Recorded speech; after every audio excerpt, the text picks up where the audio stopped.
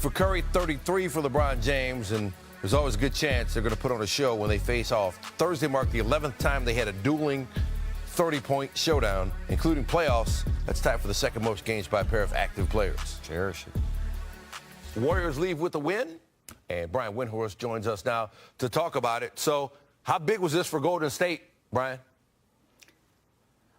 What a whale of a fourth quarter between these two teams. You could really feel the desire from these two teams to try to win this because there's so much on the line. And the Warriors come out with, I think, their biggest win of the season, Stan, to go in on the sixth game of a road trip. They've been on the road for 2 straight weeks in a vitally important game for seeding in a place where the Lakers were 29-9 this year. They've been awesome at crypto. And to basically just pull it out, just tremendous performance. To win in Memphis and then to win in L.A. Now they get to go home for the 2 other games in this monster 4-game stretch, tomorrow against Denver and then over the weekend against Houston. These 4 games are going to determine where the Warriors are going to finish in the standings. And look, guys, they are sort of the secret number 2 seed here because when Draymond Green, Steph Curry, and Jimmy Butler play together, they're now 19-2.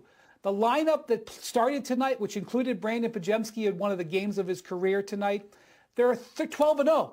So when this team gets together, they are an absolute beast, but they could have very easily had 2 bad days and been in the play-in zone. To get this win puts them in great position to try to secure something outside the play-in and get them even maybe into a home court advantage series by the end of the weekend.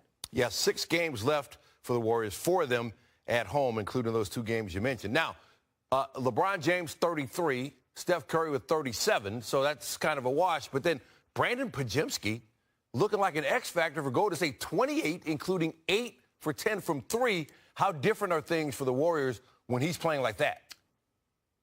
Yeah, well, Pajemski has been tremendous for them during this stretch. But in this game, Stan, it was really Pajemski stepping up and Luka Doncic not. I mean, this fourth quarter was just incredible basketball. I mean, Austin Reeves scored 20 points in the fourth quarter alone. LeBron had 11 in the fourth quarter. Luka made no impact on this game whatsoever. He didn't play poorly, but this was a game where all of the stars came and Brandon Pajemski played like a star. Down the stretch of this game, Draymond Green made plays, Jimmy Butler made plays, Steph made plays, LeBron and Reeves throwing haymakers. Luka Doncic was not involved. So, look, tonight doesn't define his season, but if the Lakers are going to get where they want to go, which is a top 4 seed, they're going to need Luka Doncic to deliver. That didn't happen tonight. Yeah, he did have 19 points, but 6 for 17 shooting. And the glaring number, 0 for 6 from 3. So he'll have to step it up for the Lakers to get where they want to be. Wendy, we appreciate it. Let's go to the dock. As I tape this, it's late out here in L.A. It's 10 o'clock at night. But I just watched something I have to talk about, I have to gush about, I have to unload and unleash about in the most positive way because I just saw greatness on display. And I just saw one of the most shocking developments I've ever seen in my, God, I've lost track. I started in 77 out here in LA covering the Lakers. So however long that is, those many years of covering NBA basketball,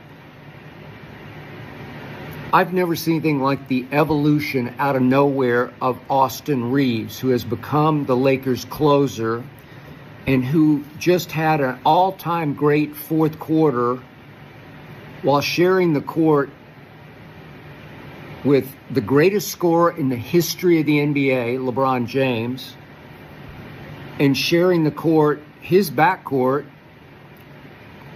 with Luka Doncic, the greatest scorer in the game today, and sharing the court with clearly, obviously, the greatest shooter we have ever seen in Stephen Curry. All of them playing at extremely high levels. Luka maybe not so much for the game, but had his moments in the fourth quarter. LeBron was very good in the fourth quarter. I'll get to one big glitch in just a moment. There's always a glitch with LeBron.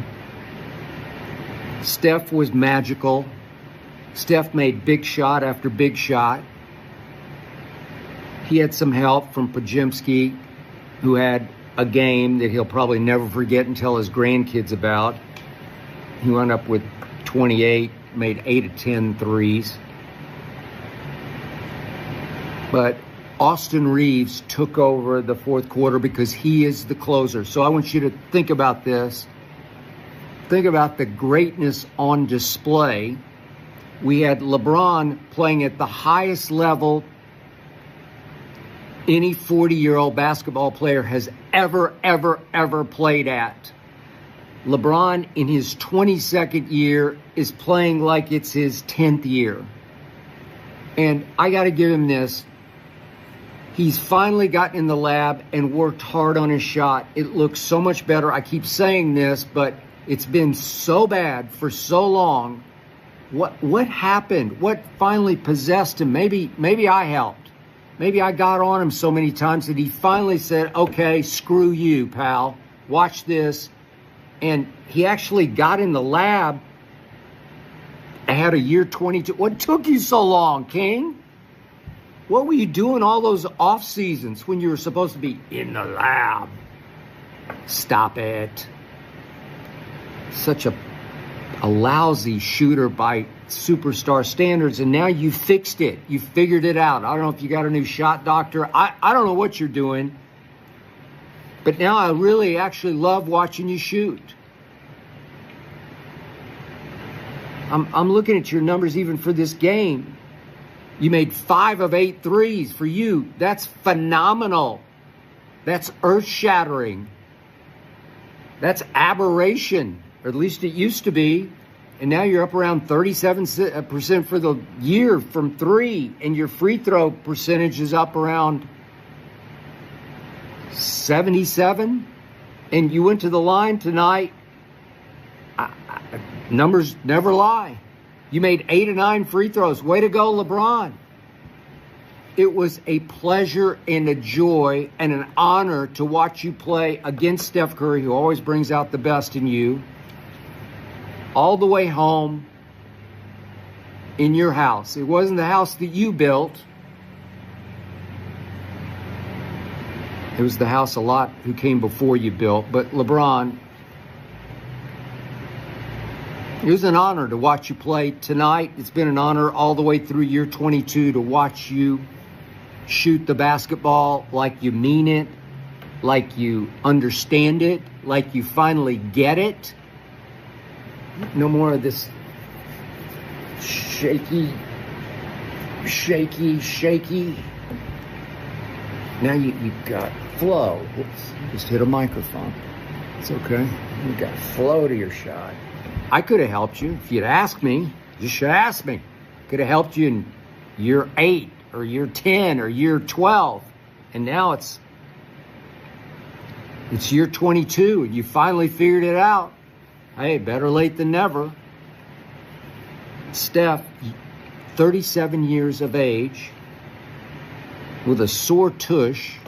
He aggravated his pelvic injury, fell on it a couple times in the same sequence tonight.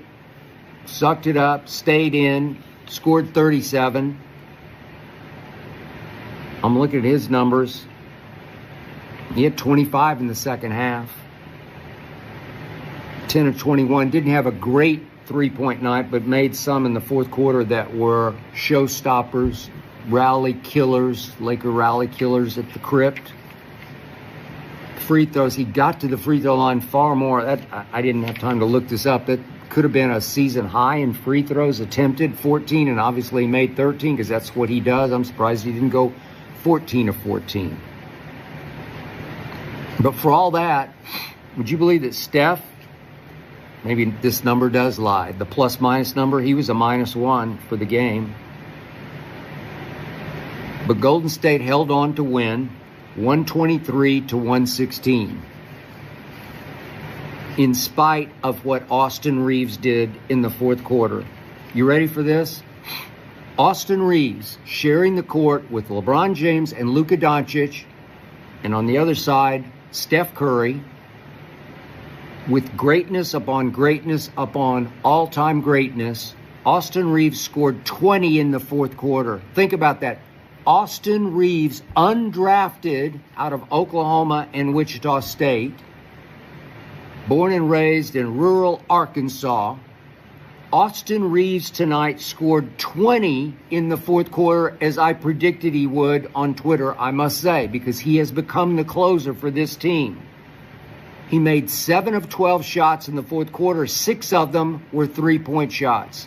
He made 6 of 9, and the ninth, the miss, was just a desperation heave at the end when the game was completely over. Didn't ever get to the free throw line, didn't attack the basket, but he is highly capable. But he had it going from 3, as he often does in fourth quarters. Remember that Denver series 2 years ago, the conference finals?